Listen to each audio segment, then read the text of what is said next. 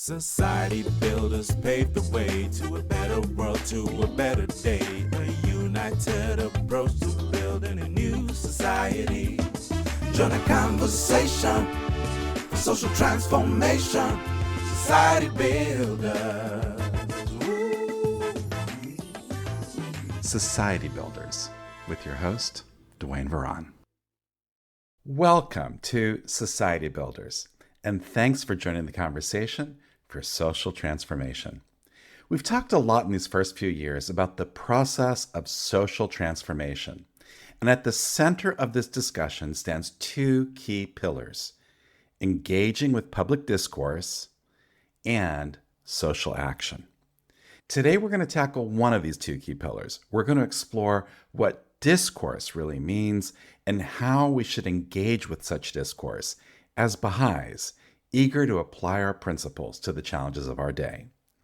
Now, I want to emphasize the word explore. We're together exploring all of this because I think you're going to see enormous growth and command over what this all means over the course of the next 2.5 decades. We still have a lot to learn about this. So I think our understanding of this all today is still relatively nascent. That's why it's going to be a journey of discovery. And as I hope you'll recognize today, engaging effectively with such discourse from a Baha'i perspective is actually a lot harder than it first sounds. But by grappling with its challenges, hopefully, we'll all become more aware and sensitive to its demands, further empowering us to engage in such discourse with confidence. So today, we explore the art of engaging with the discourses prevalent in society. And we start with the question, what is discourse?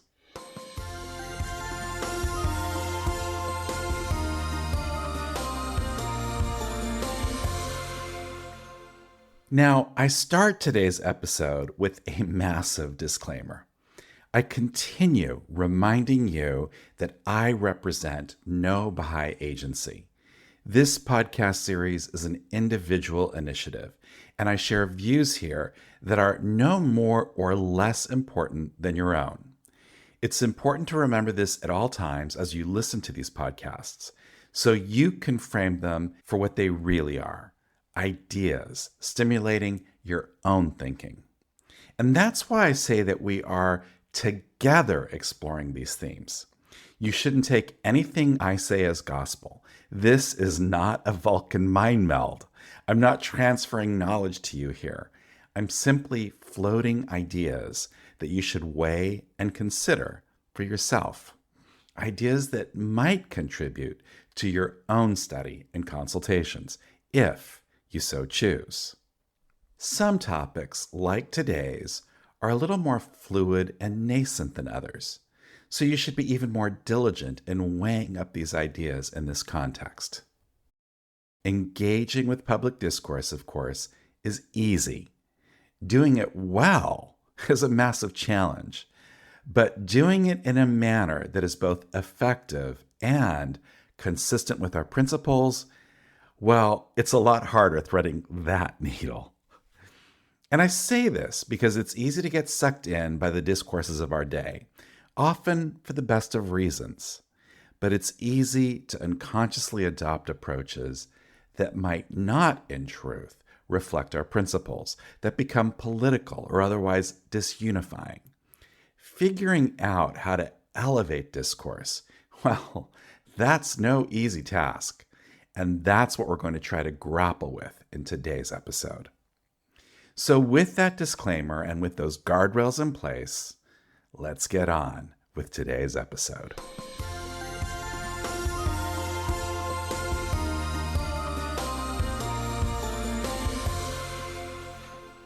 Now, the focus of today's episode is to tease out what we mean by engaging with public discourse. What is discourse? I want to start here by sharing a word of caution. What we mean by discourse and what others in society mean by discourse are not necessarily one and the same thing. Now, there's no one definition of discourse. In fact, different academic disciplines define discourse in very different ways. For example, from a postmodern sociological perspective, which is one of the fields which most actively dedicates itself specifically to the study of discourse, from this perspective, there is a clear power dimension to discourse. From this perspective, how you frame conversations in itself becomes the basis for power structures. Power is constructed through command in the very framing of the conversation. So discourse in this context is largely about liberation, about deconstructing and reconstructing meaning. Far from working to discover a single unified truth, it works to create many different relativistic truths. It's about creating your own truth. But fundamentally, at its core, it's about power. It's about prevailing. In other words, in these contexts, discourse is a tool in a quest for power. And we enter into discourse to seize power, for our ideas to prevail. Now, by way of contrast, however, the discourse construct in science is very different. Their discourse is about a community of researchers collaborating, sharing, exchanging, reviewing, and scrutinizing evidence, replicating studies, together being part of a larger process of discovery. It's a quest to unveil and build upon fundamental truths. It's the same word, discourse, but it means entirely different things here. It has entirely different implications, different understandings of truth, different goals, different methods, different outcomes. So when we use the term discourse, what do we mean by it? And it's not even about whether we're talking about something which is more like political discourse or something more like scientific discourse. We actually have an entirely unique and fresh approach to discourse. And our challenge is in better understanding and applying this kind of Baha'i paradigm to the discourses of society. But before we can do that, we have to first understand what that paradigm is.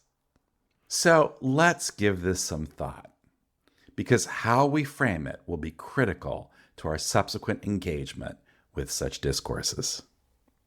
Now, the answer to this question of how we understand discourse is not immediately apparent.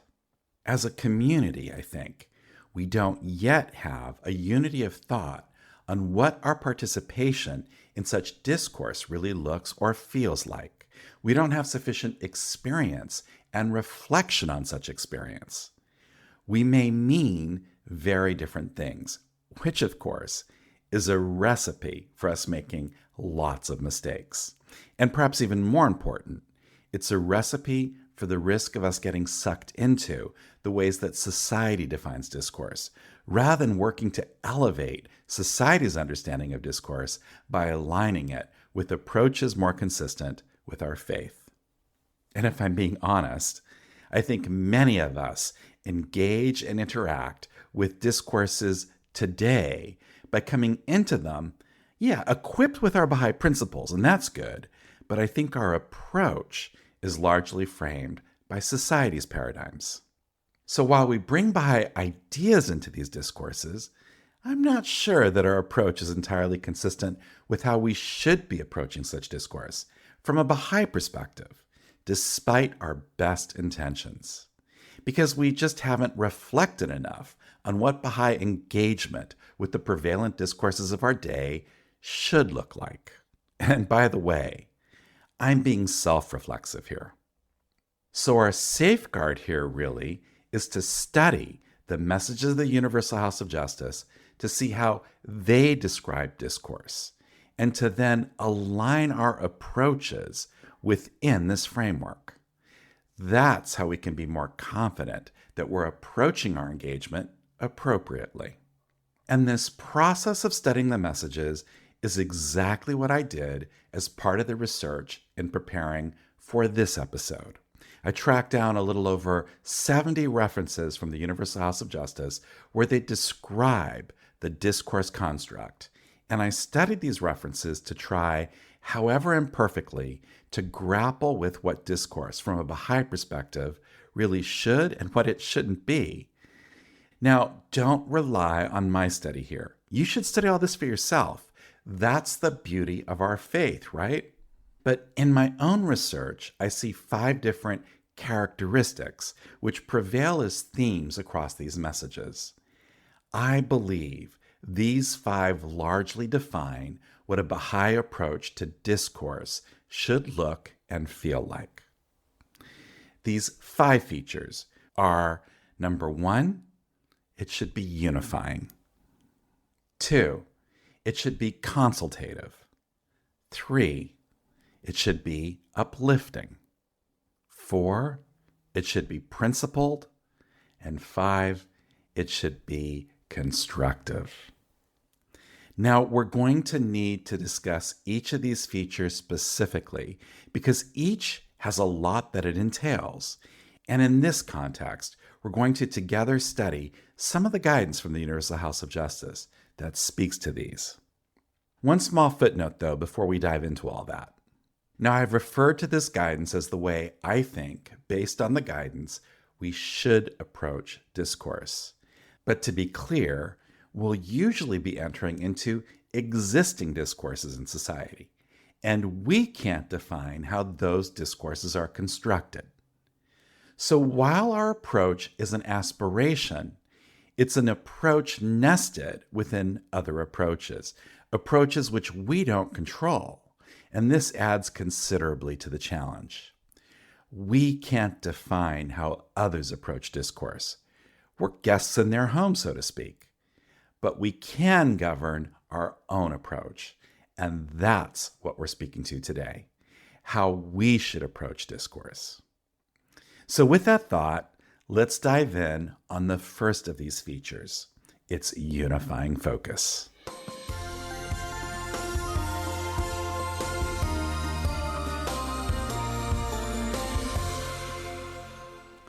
So the first feature we identified earlier is that our approach to discourse should be unifying in its focus. Now, I'm going to refer to this as our supreme imperative. It's the one thing, above all, I think, which differentiates us and which society will increasingly demand of us. In a polarized, divided world where people are grappling with all kinds of problems, I think they will increasingly learn that Baha'is are experts in the art of finding unifying paths going forward in their attempts to address their problems. It will largely define how society views us and our approach to discourse, in the same way that you associate minimalism, for example, with Zen Buddhist philosophy. And I believe it will be this unifying approach which will prove to be our greatest point of contrast with other approaches to discourse, which will remain, I believe, largely divisive and polarizing. If you only remember one thought from today's episode, I hope it will be this idea that our approach needs to be unifying. If you get this one idea right, most of the rest of the features that we're going to discuss will probably fall in place. So this is the one thing above all, I think, that we should strive to bring to our approaches to discourse. Now, there are numerous references in the messages from the Universal House of Justice that I studied to this idea, including this one. The distinctive nature of their approach is to avoid conflict and the contest for power, while striving to unite people in the search for underlying moral and spiritual principles and for practical measures that can lead to the just resolution of the problems afflicting society. Baha'is perceive humanity as a single body. All are inseparably bound to one another. A social order structured to meet the needs of one group at the expense of another results in injustice and oppression. Instead, the best interest of each component part is achieved by considering its needs in the context of the well-being of the whole. Wow. Now, this is an incredibly profound understanding of reality that we really need to come to terms with. Society reduces conflicts to binaries, to good guys and bad guys, to us versus them. And we have been raised in those societies. We have worldviews deeply woven into the very fabric of how we think that reflects this paradigm. And that's something we're going to have to work to reprogram, because it's a view that is simply not in alignment with the fundamental truth that Baha'u'llah reveals, that we are all part of one human family, one organic whole. Consider also these words from the Universal House of Justice. In choosing areas of collaboration, Baha'is are to bear in mind the principle enshrined in their teachings that means should be consistent with ends. Noble goals cannot be achieved through unworthy means.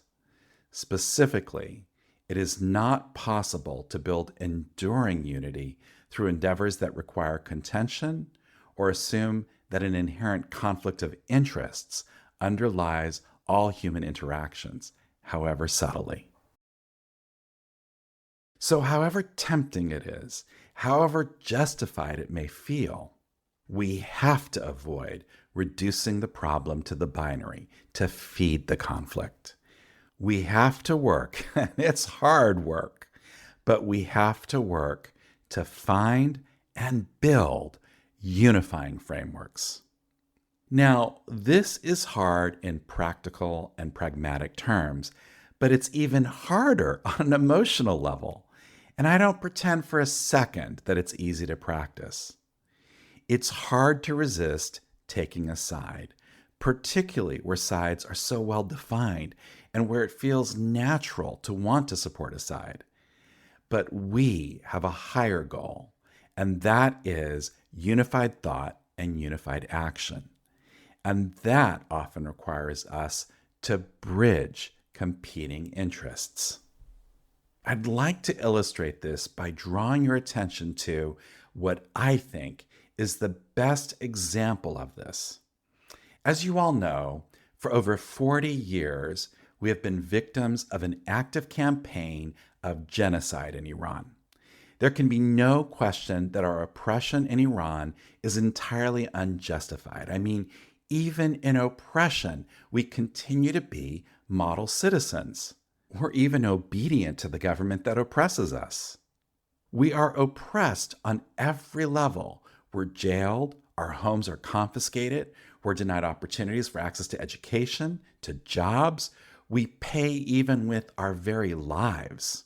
And all of this simply because we choose to align ourselves with our faith, a faith which is entirely peace-loving, socially constructive, and which poses absolutely no threat in any way to anyone, anywhere. Now, how do we frame our oppressor? You'll find no vilification in any of our words, no hatred, no calls for punishment. While we do draw attention to their actions, to the injustices themselves, seeking to stop them, we don't paint our oppressors as evil. We still recognize them as part of the same human family, and we call on them to rise to a higher version of themselves. And tomorrow, if, for example, there was a change in regimes, do you think it would be Baha'is calling for them to be punished, for their factions to be ostracized, for retribution? Absolutely not. Even in that scenario, Baha'is would still remain focused on what we can all do collectively to build a better society. Our beliefs are not hollow. It's not mere lip service. our beliefs have been tested and we've demonstrated our authenticity. And this is why we are such credible ambassadors for this unified approach, because we practice what we preach. We don't vilify, even our oppressor. Now, I should also comment a bit on the path to getting to unified thought and action. Such unity does not require or entail uniformity. It's not that we all have to sing to the same hymn sheet. We want a diversity of views. We want to explore problems from all of their potential angles. That's a critical part of the path to discovering a truth. As Abdu'l-Baha reminds us, he says, should anyone oppose, he must on no account feel hurt, for not until matters are fully discussed can the right way be revealed. The shining spark of truth cometh forth only after the clash of differing opinions. And similarly, the beloved guardian Shoghi Effendi explains this: truth may, in covering different subjects, appear to be contradictory, and yet it is all one if you carry the thought through to the end. And the Universal House of Justice explains how, while initial differences of opinion is the starting point for examining an issue in order to reach greater understanding and consensus, it should not become a cause of rancor, aversion, or estrangement. So the path to getting to unity of thought and action necessarily requires us to weigh different ideas. But those differences are part of the journey, not the destination. And how we get to that destination, how we maximize our capacity to get to that unified end, that is a big part of what we're going to continue exploring today. So, remember, your one takeaway from today's episode is that above all, our approaches to discourse must be centered in our quest to find a unified way going forward.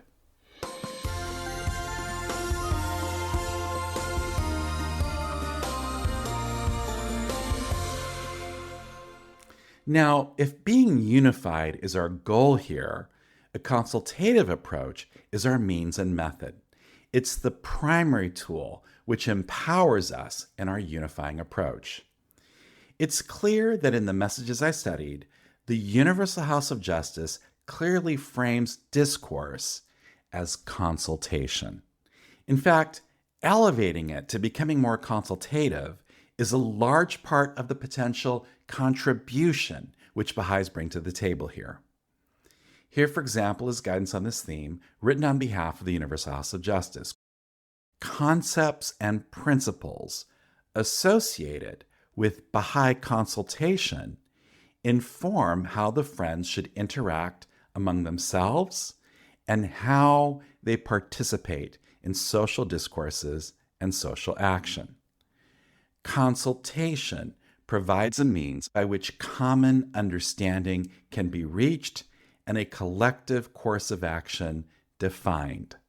It involves a free, respectful, dignified, and fair-minded effort on the part of a group of people to exchange views, seek truth, and attempt to reach consensus. And later in this same message, they quote from Baha'u'llah, "Say, no man can attain his true station except through his justice. No power can exist except through unity. No welfare and no well-being can be attained except through consultation." So consultation is at the core of our approach. It's the method by which we get to unified thought and action. And here, all of our principles about what consultation is suddenly come into the mix around discourse. So let's explore some of these principles. First, we share ideas, but we don't own them. We're detached from our views. They belong to the group.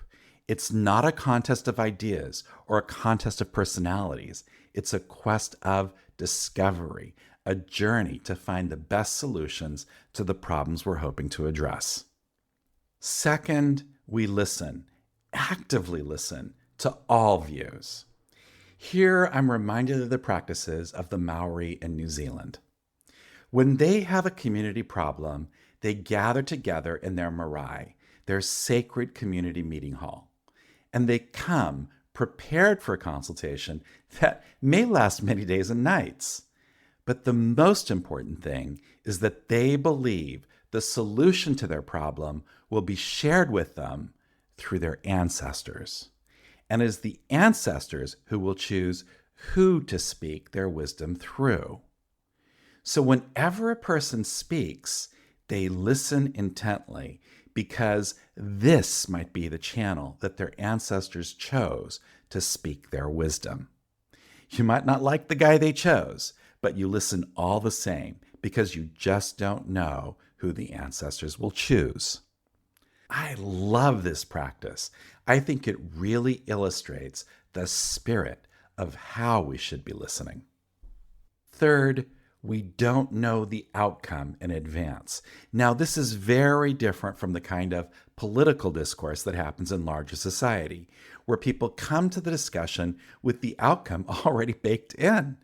And we have to be on guard that we don't come into the discourse with similar assumptions, even to the extent that we shouldn't come to it so that our views can triumph. We have to be genuinely open to allowing the power of the consultation itself to guide the discourse. We're participating in a quest, a journey, open to where the consultation ultimately takes us.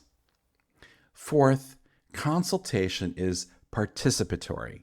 We all have equal voice at the table. We have no greater right to define the outcome than anyone else. Everyone's interests must be protected. We don't approach the consultation assuming we're standing in a superior position. It's a collective enterprise. Fifth, our goal is consensus. We're not trying to see an idea prevail with a simple majority. We're working towards a goal of unified thought and unified action. We want as many people as possible to share in the outcome. Now, that might not always be possible, but we have to be clear to our aspiration here. Our aspiration is for the widest and deepest agreement, not the simple adoption or prevalence of our ideas. Sixth, we approach our consultation in a spirit that is respectful, moderate, humble, and courteous. We'll talk more about that one a little later today. And finally, and perhaps most importantly, we seek divine guidance. We're seeking spiritual guidance to help find a path forward, both in terms of applying our teachings, but also in terms of attracting divine confirmations. So we recognize that the process is sacred. So for us, discourse is an extension of our principles of consultation. It's not about power. It's not even about us working for the triumph of our views. It's not even about us winning over converts to our cause.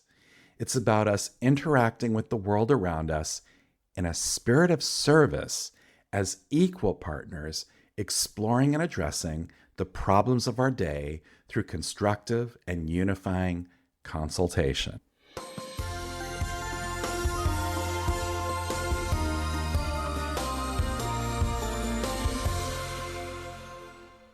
Now, if unity is our goal and consultation our method, being uplifting is our style.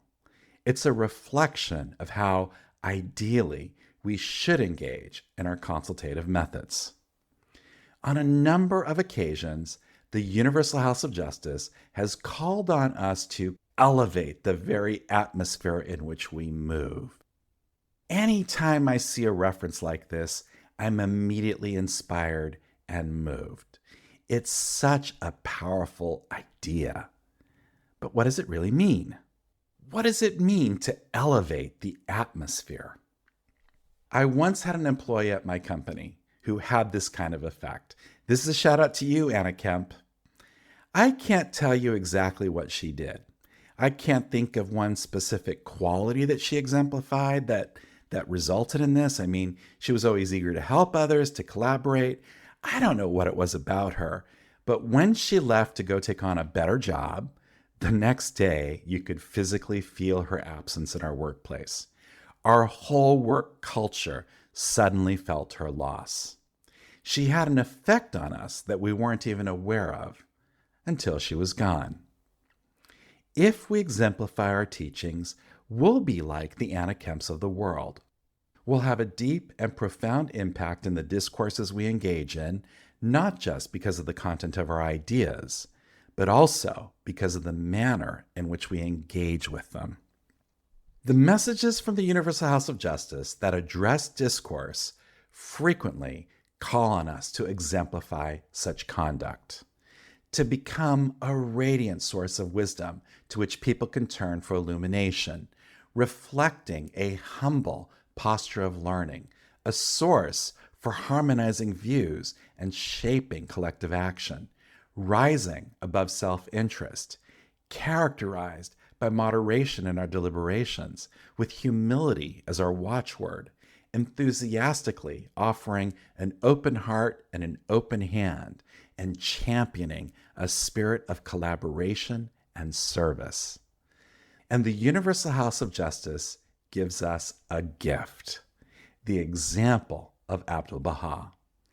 Here they remind us, under all conditions, the Master is your solace and support. For those who aspire to lasting change, his example guides the way. Tactful and wise in his approach, penetrating in utterance, indiscriminating in fellowship, unfailing in sympathy for the downtrodden, courageous in conduct, persevering in action, imperturbable in the face of tests, unwavering in his keen sense of justice. Wow, how inspiring. Now, this idea of the example of Abdu'l-Baha, I think, is our emergency short-circuit solution to guide us whenever we're uncertain about something. This is that break glass in case of emergency device available to us. I remember Ruya Khanum once used this example. She said, imagine that you're not certain whether or not it would be appropriate for you to go to the cinema to watch a particular movie, and you're grappling with this. Well, the test is simple. Just imagine that when you walk out of the theater, you bump into Abdu'l-Baha. Now, if you're ashamed at that moment, then it's probably not the right movie. Now, I love this example, and I think it's the perfect tool for us evaluating and reflecting on our own approaches to discourse. Just imagine that Abdu'l-Baha is sitting by your side as you comment. That will be your guiding light. Do that, and I guarantee you're going to elevate every discourse you engage with.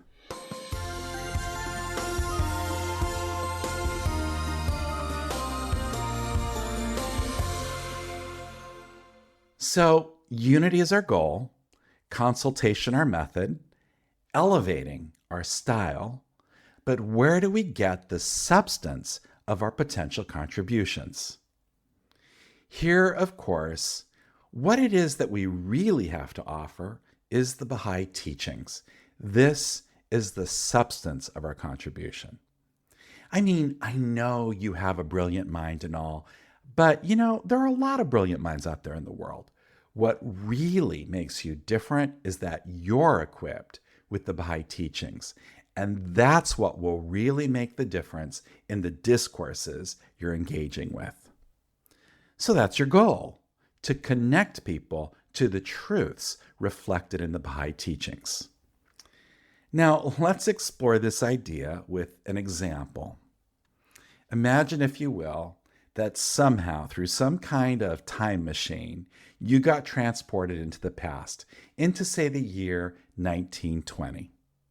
Now, what makes you truly different to everyone else alive in 1920 is that you know truths about their future, truths they can't yet see. So imagine that you enter into a discourse about the future of kitchens.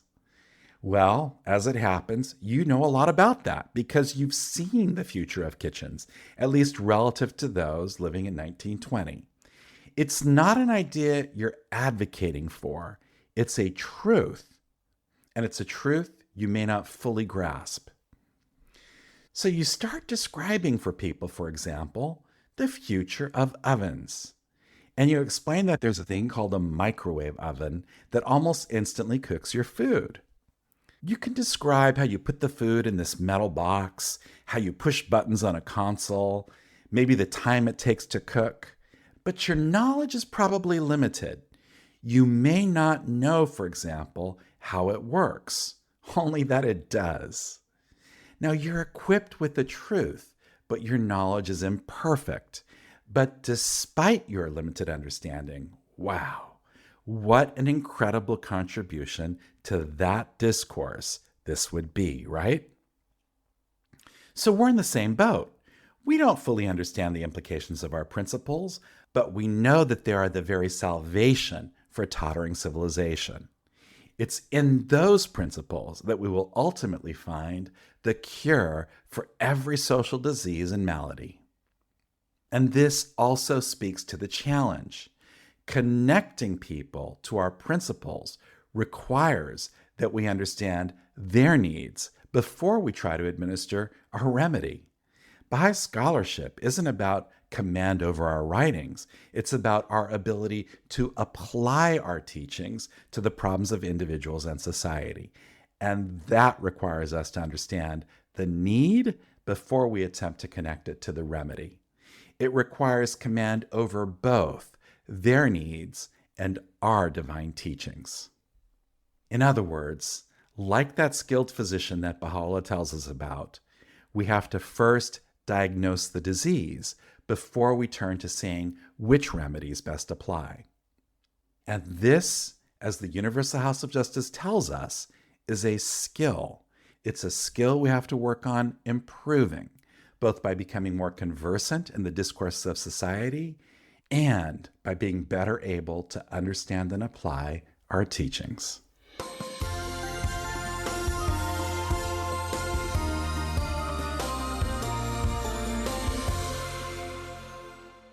And finally, it's critical that our approaches be constructive in their focus.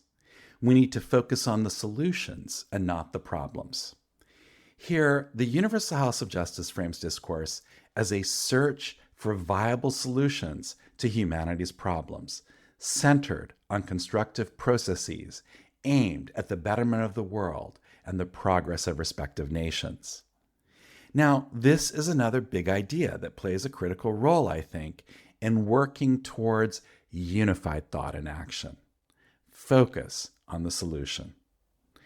Often, discourse is centered on feeding discontent, on the problem.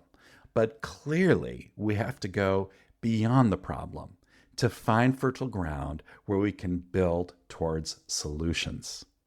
Now, in the Baha'i context, I think, this means that we focus on the world we're trying to create and not the one we know is disintegrating all around us. So, for example, as Baha'is, I believe we should focus on race unity and not on racism. I know they sound similar, but they are very different things. Racism is the problem. Race unity is the solution. And it is this focus on race unity, on what we can do, that is ultimately unifying. So where can we find a step forward, even if it's a modest step? Because a modest step reflecting unified thought and unified action is better than a more dramatic step that lacks that. And this speaks to something else. Often constructive processes take time. They're built on modest gains. But what we often want is something dramatic, attention-worthy, spectacular solutions that will immediately remedy our problems. Building in a framework of unified thought, of unified action, often requires that we focus on more modest gains, where such unity can best be achieved. And that's part of the solution. And so our goal should be to focus on constructive processes centered on finding solutions rather than just further fanning the flames of our discontent.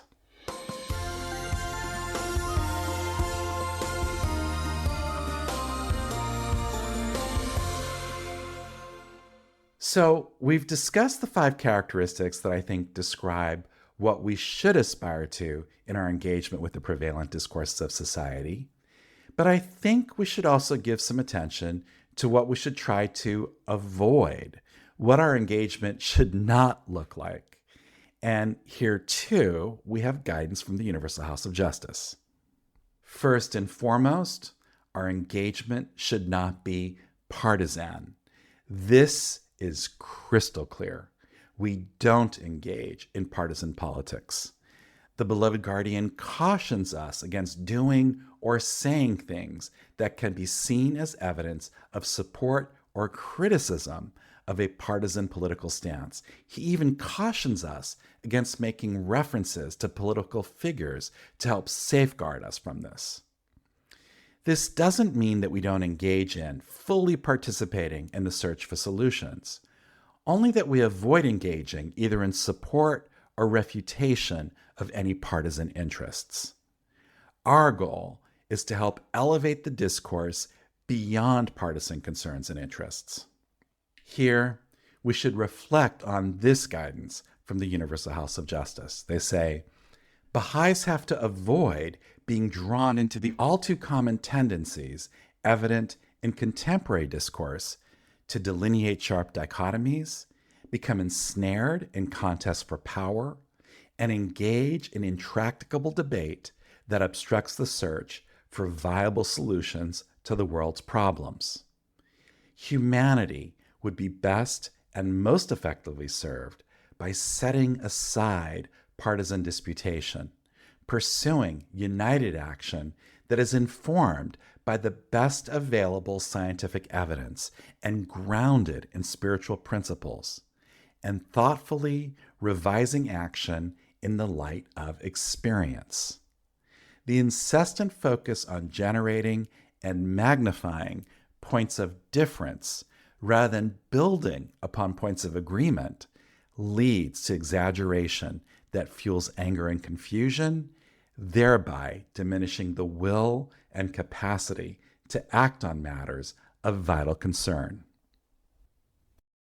Okay, second, we don't resort to humiliation, ridicule, insult, or any approaches which attempt to degrade others.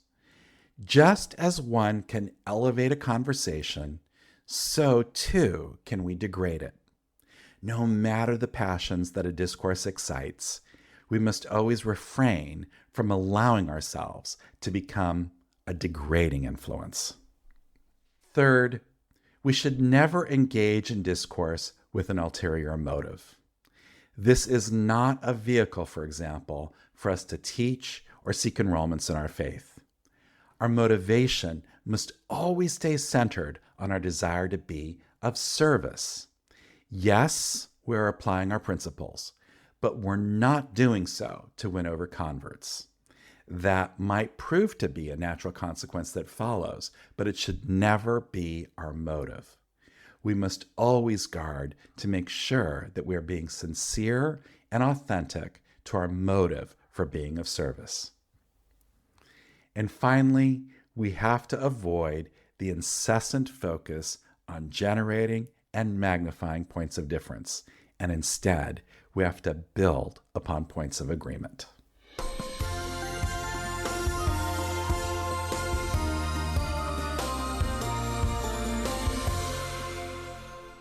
So as a final reminder, today we explored 5 characteristics that should, as I understand it, characterize Baha'i engagement with the prevalent discourses of our day.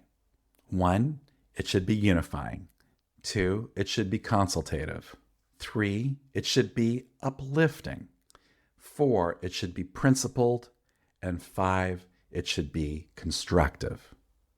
And remember, if you only walk away with one of these today, it should be the idea that we should approach discourse with a view to being a unifying influence.